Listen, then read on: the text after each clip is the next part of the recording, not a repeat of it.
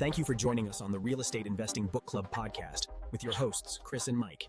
All right, welcome back to the Real Estate Investing Book Club podcast. Well, I'm one of your hosts today, Chris Davison and Mike Lind. So I just want to have you guys we'll come back first off, have you guys join us once again as we get into some of the best books in real estate investing. And we break down some of the most influential books that we like in real estate investing and discuss how these apply in the real world. So Mike, go ahead and talk about what book we're talking about today, Mike.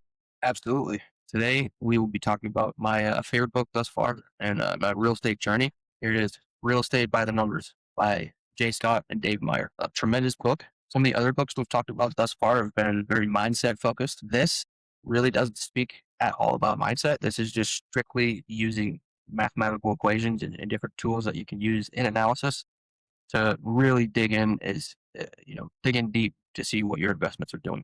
So again, one of my favorite, to this point, like I said, my favorite book thus far in my real estate journey. You already know it's getting a 10 out of 10. So Mike's jumped to the end already. I love it. I love his excitement. I've never seen him that excited about a book. A lot of people say they want financial freedom, but they don't actually track the numbers. And I think that's really important. I think this book for people like me who aren't big number trackers, this book is really about understanding how investors measure performance. And once again, you have to have some KPIs, key performance indicators. And this book gives you several. You can't look at all of them, but I think you should take one or two or even a handful away and start really using them and deep diving. I don't think practically anybody does this, probably not even you, Mike, but I do think this is great. So as we kind of dive in to maybe help you understand the financial position in this book and what you found, Mike, if you want to dump into that, I'd love to hear your thoughts. Sure, absolutely. So numbers tell the story of what your business is doing in a way. There's so many different sorts of indicators. Before we get into almost looking at and using all these tools outlined in this book to analyze real estate deals, I really enjoyed the fact that this book starts with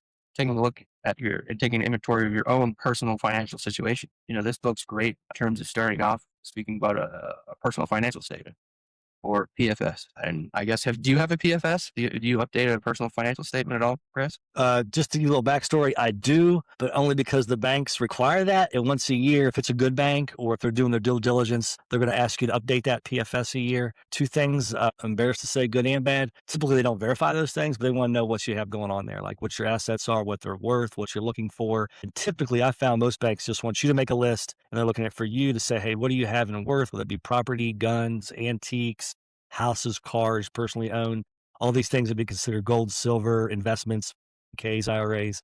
They're asking for your net worth. And that's kind of what they're looking for, is what I found through most banks. Obviously, he gets a little bit different perspective in the book, but go ahead, Mike. What was your take on it and what were you asking about? No, admittedly, I do not have a personal financial statement, and that is on my list of things to do. To your point, very important to have for lenders. If you're looking to get into investing as a new investor, and you're looking for conventional lending, many lenders will ask for it.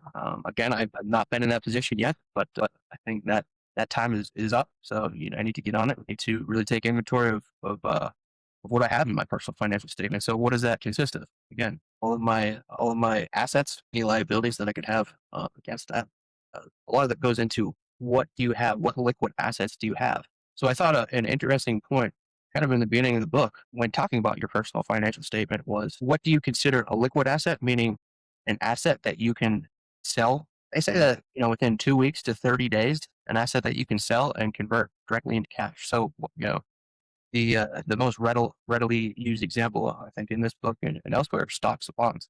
Yeah. As long as the stock market's open, you can log on to your website, or I guess if you can call your broker up and sell your positions, and pretty much that day have liquid funds. But I guess question for you, Chris, along the lines of a personal financial statement, for you, yeah, what is the length of time that it takes for you to liquidate an asset?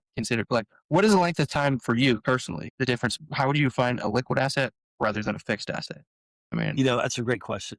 For me, I'm wired a little bit different, Mike, as we both know. I'm wired a little bit different. So I do have some Coinbase stuff that I can sell. That market's open 24/7. I have a Coinbase app. So I have a couple things there, not a lot.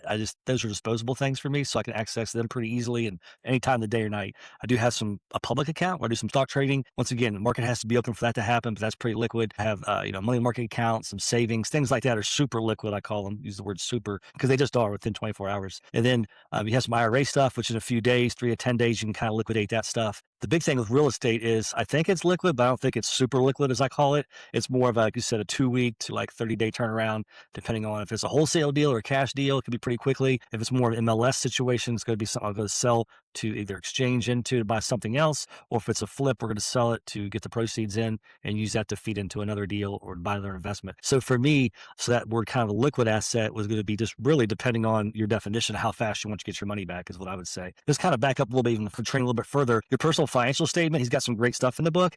Not that I disagree or don't agree, but when the bank asks me to put the onus on me to give them a personal financial statement, it's like a lot of things in sales. You want to talk about all the benefits and not get into a lot of the negatives if you're selling a house, for example. So I just give them my positives, all the things that are assets that I have in my asset column. I give them estimated net worth of those things, each one. And then that's how I throw it. So I'm not getting into like my liabilities, other things like this is what I own. I'm not getting into how much I owe on it. I just put together a simple statement with items, personal real estate, business real estate, vehicles, what they're worth. I don't put what I owe on them. I just make it super simple and like, hey, here's everything I have, kind of a top number. And I itemize that really simple, one page, probably more like a half page to be honest. I just put my name on it and the date of the year, really. So 2026. And I ship that to them, and they're really happy with it. The banks I'm working with, they never ask for what do you owe still versus what it's worth. And maybe other banks would get into that. The ones I use don't ask for that. So to me, I call it more of a net worth sheet, if that makes sense, and kind of put that together. Yeah, it's again, this book doesn't really go into any sort of mindset. It's almost just pure technical tools that you can use. Yeah. So I guess with that, it can be daunting. First step, heck, we want to go get financing for start becoming a real estate investor. When we do take inventory of everything that we have, it can be daunting. It can be a hit to the ego or a boost to the ego. I mean, so many people see people on social media that say, "Oh, I've been investing in real estate for 6 months, and look at me, I'm already a millionaire. I have 25 properties." Yeah. I'm sure there are stories of people like that out there. I think they're very few and far between. But again, personal financial statement is a starting point. Yeah, I agree. I don't think you should be discouraged about that whatsoever. Again, it's a starting point. We need to be honest with what we have, and I think we just need to improve from there, or maybe not. Maybe we're right where we want to be. We've been tracking things. But another thing that I really like that Dave Meyer talks about and Jay Scott talk about in this book are just making very small incremental improvements over time. And again, this book is pertaining to real estate business, but I think small incremental changes over time lends itself to success and and exercise and it just so many aspects in life. If you're learning a new skill, if you're learning say martial art, just consistency and then just real consistency over time. You might not perceive that change week over week, but then if you take your sunglasses off and you look at how things are, you can really see where you came over say a year long period or 2 year long period. Just the same if you're trying to lose weight, trying to get become more fit, and you like to put 2 packets of sugar in your coffee every day, just put one in. Just put 1 packet of sugar in your coffee instead of two. And over the course of 6 months, over the course of 1 year, if you look at how many tens of thousands of calories that is and savings of just calorie intake, that will equate to just pounds of weight loss for you. So, finance isn't really that different. Again, just small habits that you can implement into your day-to-day life will kind of have an outsized impact over the long term. And I think that's just very important to think about in your business. As we talk about real estate here all the time, that pertains to just your discipline in your business and bookkeeping and making sure your network is good, reaching out to everybody. The small things that you can do every day that will really drive the needle in your performance in your portfolio. Yeah. And I think that's critical. I think, like you said, like there's so many metrics you can look at or KPIs or whatever you want to call them. I think that's important, but I think you have to start somewhere. This is what I realized, sometimes you fly by the seat of your pants, you're just getting started, you're bootstrapping it, but you have to have some kind of platform, whether it's a property management platform or it's an operational platform. This really helped me. And I had a partner, and it really, you have two things. You have operations and then you have management. So the day-to-day management things, you got to have systems and checklists and things that you can look at those metrics, those KPIs. Then you have operations with like, for example, we have a software we use for property management, but then we have QuickBooks for operations side, which looks across the board, all the spending we do. I think that's super important. And having a cash system where you have, income, tax accounts, you have profit account, you have, payroll account, then your expenses account, having those things kind of basic systems set up that you can look and see where your money's going. I think that's super important. He dives into that a little bit, but I think having, like you said, that incremental things, and then you can make incremental growth, incremental savings on spending, but also you can have incremental growth on rent raises, things like that to kind of offset those. So just to get more efficient. So yeah, great point, Mike, you bring up. So looking at this book, I think he introduces a lot of great metrics. I think you have to have several to understand. So let's just get into a couple. I think net operating income is one. It's huge. And why I think, let's even back up the truck a little bit. You're like, hey, what's liquid? What's not liquid? In my mind, as a real estate investor, I think a single family house is liquid. I could take that, sell it to another investor as a rental, or I could sell it to an individual who wants to move into it, live it with their family, versus a 2, 3, 4 unit or above. You have more of an investor there. So for me, that's a little more, I'd call it illiquid, if that makes sense in my mind, Mike. And you want to look at net operating income when you get to those 2, 3, 4 multi units. You're looking at net operating income as the value of it versus just saying an appraised value of a single family house becomes the value of that. And then getting into some of the metrics on a debt service coverage ratio, which is a big one for us. We look at getting things, buying them with cash, getting them fixed up to either to rent. And then once they're rented, we look at debt service coverage ratio and what those numbers are. That's usually a 1-to-1. It could be a 1.5. So basically, if you rent a house out for $1,000, they're saying it's worth $100,000 because the debt service coverage ratio, or it's worth $150,000, depending on the bank, if they'll do a 1 or a 1.5% debt service coverage ratio. Don't want to get in the weeds on that a little bit, but with some of the matrix, Mike, I know you're a numbers guy. I know you like this book. I like this book. I know you love this book, Mike. So I want you to kind of get into, not get stuck for people like me who aren't analysis paralysis kind of folks, but people who get in. So what's some of the things you like, Mike, in this and we talk about? So again, this book could absolutely stop people in their tracks if they're prone to analysis paralysis, which, admittedly, I think I suffered a bit of that. But there's a million different ways. Again, you can look, there's a million different formulas, metrics you can measure. All of these are tools of comparison. So again, comparison is the thief of joy. I like that, tools of comparison. I like that, Mike. Yes. And again, I did comparison is the thief of joy. But at the end of the day, we need to know exactly where we stand. Yeah.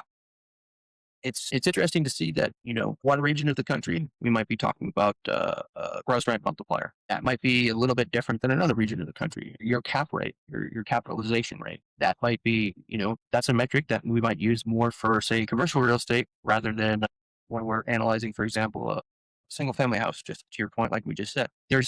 I wouldn't say that there's one metric or one formula or one analysis tool that's better than another. I would say that they're all there. They all serve a purpose. They're all a data point, and a data point by itself, it might be useful. It might not be useful. But again, just to your point, it's useful when you're able to analyze enough deals and compare those data points to other data points that you've come across, and you start painting a picture of what is a good deal, what is not a good deal. In today's day and age, with artificial intelligence and technology as a whole, whether it be Excel or some sort of spreadsheet, it's so easy. It's so much easier today than it was even just 15 years ago to underwrite a property in minutes than it did, say, 10 or 15 years ago. To do the same amount of analysis might have taken you hours, if not days. Yeah. If you're a newer person like me and not particularly good with Excel and some of these programs, but we're so fortunate today with the advent of new technology that we are able to just use all of these formulas, plug and play the numbers on a given deal, and see a picture and see a more of a holistic view of this investment than we would have we just kind of done the quote unquote napkin math, as we all kind of do. I think every deal starts off that way. Get a little personal with a napkin math, Mike. That's my. I know. It's great. It's still very necessary. Yeah, these are great. It's great to be able to, especially in today's day and age, maybe make a spreadsheet that fits the type of investing and the type of goal you're trying to achieve in your portfolio. To again, leveraging technology, make a spreadsheet with using some of these analysis tools that will kind of automatically populate those numbers for you. Yeah. And really start looking at your market in a different way. I totally agree with what you're saying, because you hit on several things. I just want to jump on piggyback. I mean, there's so many metrics out there. We kind of started out talking about that. This book has a ton. It has a ton. And it's kind of daunting to someone like me. I'm just not wired that way. But I look at several of these things and you're already kind of doing them. You're already kind of like, but you're going to key in on certain ones. ROI, I don't want to get on the basics of it, but you're going to key in on some of these things, whether it be ROI, on cash, you're looking at DSCR, what that means, looking at the appraised, NOI. So some of these things are things you're just going to have to use, but but key in on the ones that are important to you and the ones that are important to your investment strategy. We talk about this all the time. Real estate is an investment. So are you doing it for cash flow, which I think is super important, or for appreciation? And I hear people say, hey, all I invest for is appreciation. And then I hear people say, hey, I invest for cash flow today, right now. So all these metrics are going to look at different things and they're going to skew differently. That's why you have to pick certain ones you like and what your goals are. And then you get into things like, as you start looking, if you're doing like DSCR, or you're looking for appraised value, you want to kind of balance that versus people who want cash flow. And right now what that looks like. So there's going to be lender requirements And depending on what you're doing with your financing risk, or if you're doing other financing, the refinancing of the property is going to be a big deal with appreciation. And then we talk about interest rates and there's pressure and what they're coming down, where they're at. I think all these things come into play. If you're a full-time real estate investor and you're going to be able to write off interest rates versus somebody who's not a full-time real estate investor, that's not something they can take off. So all these things kind of break down. And I know we're going to hit a lot of these things, but let's get into what you talk about a little bit, Mike. I know you were talking about cash on cash returns. Do you want to get into that a little bit, one metric, and kind of deep dive a little bit? Yeah, absolutely. A cash on cash return is, one of the many metrics. Cash on cash return, I think if we're outside of the investing world, cash on cash return, I've heard called return on capital. So it's basically the amount of dollars that you put down for a given property. Let's say a $100,000 property, even at round numbers, we put 20% down, i.e. $20,000. And let's say of that $20,000 over the course of the year, we receive $4,000 in cash flow back, meaning after we pay mortgage interest, insurance, and other expenses associated with the property, we earn $4,000 a year. $4,000 a year earned on a $20,000 initial investment works out to be a 20% cash on cash return, which for me, in my buy box, that's a home run. I don't know about you, 20% cash on cash return. That's awesome. I think if we bought a stock or bond mutual fund, something like that, and it returned us 20% a year, we'd be very excited about that. Yeah.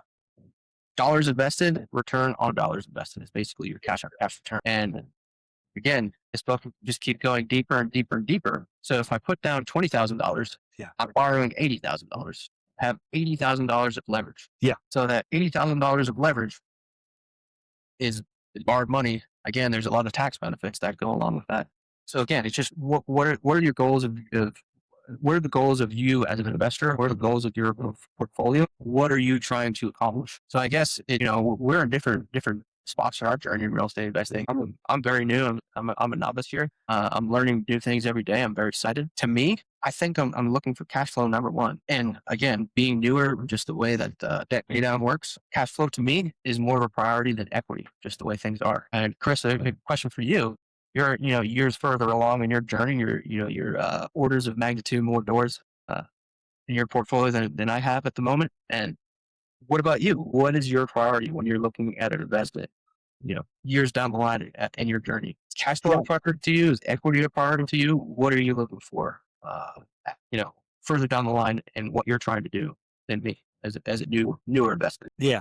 I think it's a great question, Mike. I think everybody's going to be different, and we're talking about metrics here, and it has to be real personal for you. I think this gets into a personal question like risk. When you're first starting out, you don't want to risk everything and lose on your first deal and not make any money. So I think that's super important. Like you said, it has to cash flow day one when you're starting out. And I think I always see people say, hey, I want to buy a duplex for my first property. I said, buy 2 single families. You don't want to buy, only get a 4 unit. Well, good, buy 4 single families. So obviously it's going to be different risk tolerances for everybody. Getting into it has to pay for itself or cover itself when you're first starting. Obviously, if you buy a portfolio of 10 single family houses, that's like buying a 10-unit apartment in my book. And then I can break those up. I could sell them. I could keep them. I could leverage them, refinance, pull some capital out to do some other things. So for me, risk is much higher probably for a lot of people. It's because what you're comfortable with, I think it's easy to feel more comfortable with more risk. And then the banks look at you differently as well. So you're a new investor, 1 to 3 deals. The banks look at you very differently as somebody that's got 20 to 50 to 100 properties, and they're more willing to take a risk on you if you're a more seasoned and experienced investor doing multiple deals or dozens of deals under your belt. So really, as you do more deals, it becomes easier, if that makes sense, in the lending world.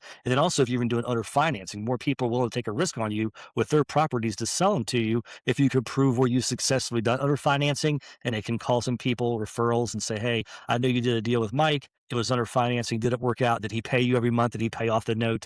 And then obviously, so it just gets easier if that, Mike. So those kind of things for me is I don't want to do all the deals I did before in some of the Class C properties. I want to do a little bit better B and A properties, but I'm also looking for multiple deals, 10, 20, 30, 40, 50 units and buying portfolios versus 1 or 2 deals because my risk tolerance is a little bit higher. Plus also it has more revenue coming in and more systems already with operational efficiency. The properties are valued more, they're worth more. And then, just comparing all that. So hopefully I answered your question a little bit. And the things I'm looking at now is more, how can I buy portfolios and get good terms? I really want to do owner financing as much as possible. That's what I'm teaching people. That's what I want to do. I think it's just a huge way to leverage, and it's just a huge way to raise your net worth and to be able to solve somebody else's problem, if that makes sense, Mike. Absolutely. Yeah, using other people's money, whether that's from a hard money lender, whether it's from a bank Yeah. or elsewhere. Yeah. If you break down the math, again, my favorite book. I recommend it to everybody. There's so many different charts and graphs in this book that illustrate that, mathematically and visually, how using leverage can really kind of add fuel to the fire when it comes to just your cash on cash return, Yeah. and then not counting all the tax benefits. So yeah, it's it's absolutely a game changer using leverage. And a touch of something else I think is important to touch upon is the internal rate of return. Again, we Yeah. keep throwing out all this Yeah. terminology. Yeah. The reason why I love this book was it taught me to kind of start speaking the language and understanding some of the math behind maybe institutional investors. Yeah. Again, as a new guy, I really didn't know how to speak that language, and I think this book has really taught me, to at least use the correct words in the correct situations and have an understanding of the mathematics behind that. But with that internal rate of return, we have to understand that scenario I gave before, $100,000 property. We put down $20,000, 20%. We borrow $80,000. We place a tenant. Now, over months, that tenant is paying your mortgage. So not only are we able to collect and pocket at the end of the month any money that our tenant pays us above our mortgage, insurance, etc., we pocket that money. But when we're looking at these investments and factoring in some of the diving a little bit deeper into the investment, that tenant is, again, it's paying down our principal and interest of our mortgage month over month. So that in and of itself, how do we factor for that? That's what the internal rate of return is. So where we might be getting a 20% rate of return, put down $20,000 first year, we get $4,000 back. Right off the bat, we'll say, okay, that's a great deal. That's a home run, 20%. That's a 20% return on cash on cash return deal. Now, what we're not factoring in is the debt pay down. So, the amount of principal that your tenant is paid down on your mortgage for you on top of whatever that property has appreciated in the year that you've owned it actually makes that 20% deal better than a 20% deal. So again, all the external factors that play into any given real estate deal or business deal, just the time, the appreciation, all the tax benefits and debt pay down. It's all of those factors combined are just what some of the big reasons that, I've chose to go all in on residential real estate. Love it. I love it. I think you hit on one of the things my mentor taught me is ideal real estate. You get buy real estate for income every month, the depreciation, tax benefits, all those things that encompass the equity build up as you pay the mortgage down, the appreciation as the mortgage, the value of housing goes up. And then obviously leverage, is kind of the big one I'm excited about and what we teach. But one of the things for me, the biggest thing that sticks out for me, if I have one big metric, probably the biggest one is gross operating income. When I'm looking at a property, it's a rental, keep and buy and hold. And some of the things I think you can look at it. And my whole thing is, how can we change it? What can we do this property, if it fits our buy box, what could we do to make it better or improve upon it? So I think gross operating income is probably the number one thing for me. And, I think the biggest thing is just, tenants, poor tenant screening, get the wrong person in, you're going to have tons of headaches. They're not going to pay rent. They're going to destroy it. They're looking at places that have deferred maintenance. Gets me excited when I'm buying. But once I get it, I don't want it to have deferred maintenance. It's actually costing you money by not fixing things. And then underpricing rents or not raising rents is actually hurting you and the tenant. And then management inefficiencies is the big one, I think, kind of encompasses all that. So we're looking for places that have kind of those things and not so much they need a bunch of CapEx or a bunch of work put into them right away to fix them up, but how can we just change it as in forced appreciation, a little bit of maintenance, a better tenant or raising rents, and all these things could drastically swing the numbers, good or bad, into your favor, I think. And let's just look at some investing matrix. I love baseball statistics. I always say gross operating income is like your batting average. It takes in all these variables, on base percentage, triples, doubles, singles, bunts. It takes all that in. And for me, your gross operating income is kind of your batting average. We say somebody hits a 300% in a major league, that's like Hall of Famer. 3 out of every 10 times they get to the plate, they're crushing it. So if you look at all those matrix that kind of go into that, I think we always describe deals, Mike, you and I, it's a good single. It's just okay. It's a double, so it's a good deal. It's a triple, so it's a better deal. It's a home run, which means it's probably the best deal you're going to get. So let's get into some of those things, Mike, and maybe some of those baseball terms and numbers you kind of use. Absolutely. Yeah. I know you're a baseball guy. I grew up watching the Red Sox. Absolutely. I would say this book would be, yes, NOI would be likened to batting average. This book will go even further and show you a metric saying, okay, with runners in scoring position, Chris Davison has a batting average of 350. But with no runners on base, Chris Davison has a batting average of 220. So again, you can go really situationally. Or maybe something different. Maybe I'm Deion Sanders. Maybe I have Olympic sprinter speed and I play baseball. So because of that, because of my speed, I might be terrible at hitting. Because of my speed, I'm able to bunt and get on base better than anybody because I'm so fast. So in a way, using the whole baseball analogy, using your gross rent multiplier, your net operating income, your internal rate of return, or your cash on cash return. There's so many different metrics and mathematical equations you can use while evaluating a deal. That's where you can really get into a niche and say, okay, this deal maybe doesn't look great when I do the numbers up simply on the back of a napkin. But then when I take another look and maybe I do some of the inside baseball and I understand some of the personalities involved, Yeah. meaning, the owners involved, or, maybe it's, there's a death in the family, there's a divorce, there's some external circumstances that are playing into that deal. You're able to understand some of the personalities and situation and backstory involved in a given deal, kind of that inside baseball, Yeah. playing along with so many of just the analytical steps and procedures that, real estate by the numbers outlines. Yeah. I think using both of those, some of the inside baseball, understanding personality, understanding human being, coupled with getting really deep into the numbers and looking at the deal from all different angles, I think Yeah. that's where you can really, really excel and get to the next level. Yeah, I think you bring up some great points. I love baseball, but probably my biggest numbers I'm looking at, Mike, is not really a number, but like it's looking at the deal. And for me, it's opportunity costs. We're kind of getting into. I don't want to, as we kind of wrap up here, I don't want to miss this. I think he talks about opportunity costs, and this is for me what I'm thinking about a lot.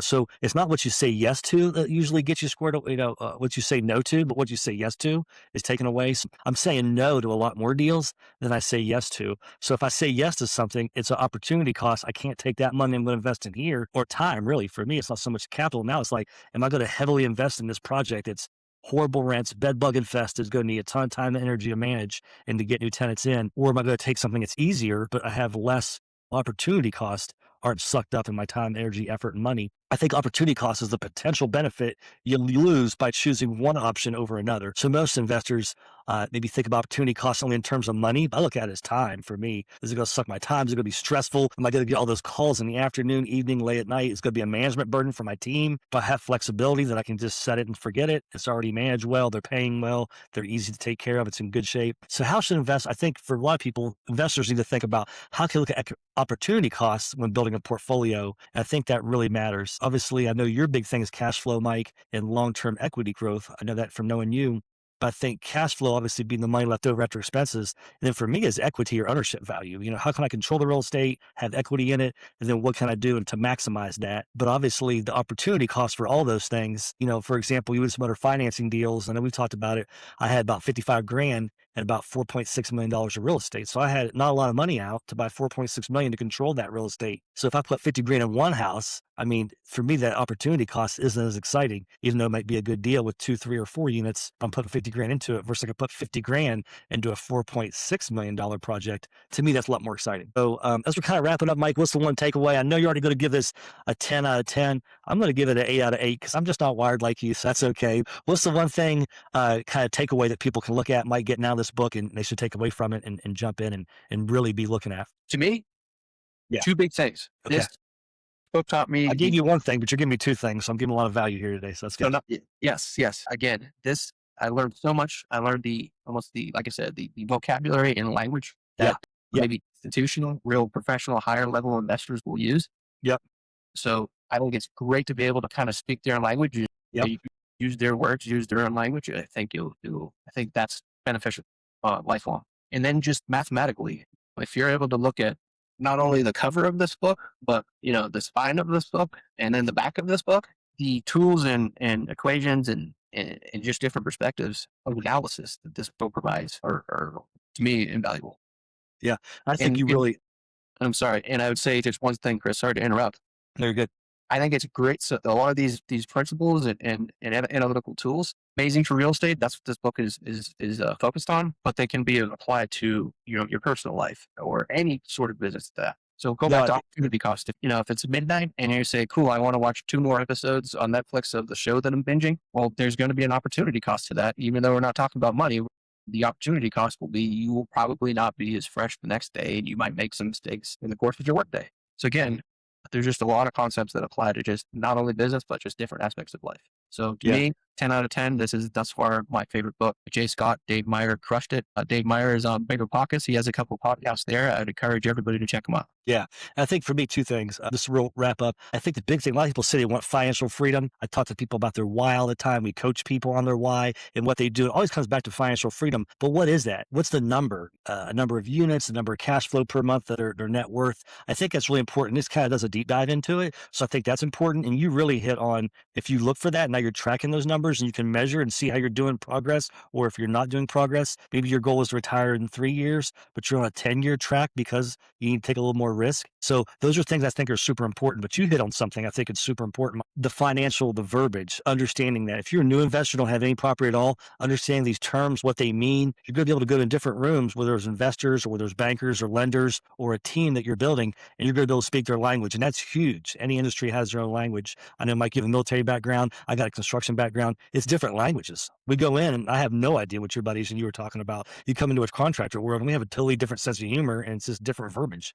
But I think having that verbiage is super important. That's going to get you a long way and really help you in your real estate journey from a standpoint of value. So I really think that. So great book. I agree, Mike. I enjoyed it. If you enjoyed it, please like and subscribe. Once again, comments in the section of books you're excited about. Mike and I have a bunch of books we're excited about. I have about 5 bookshelves. We'll not even get through all the books that I have with podcast. I know Mike has some books on his shelf. I got some books on my shelf. We'll not even get to all these books, but if you have some of your favorites, let us know. We love to read them, but we also love to talk about them.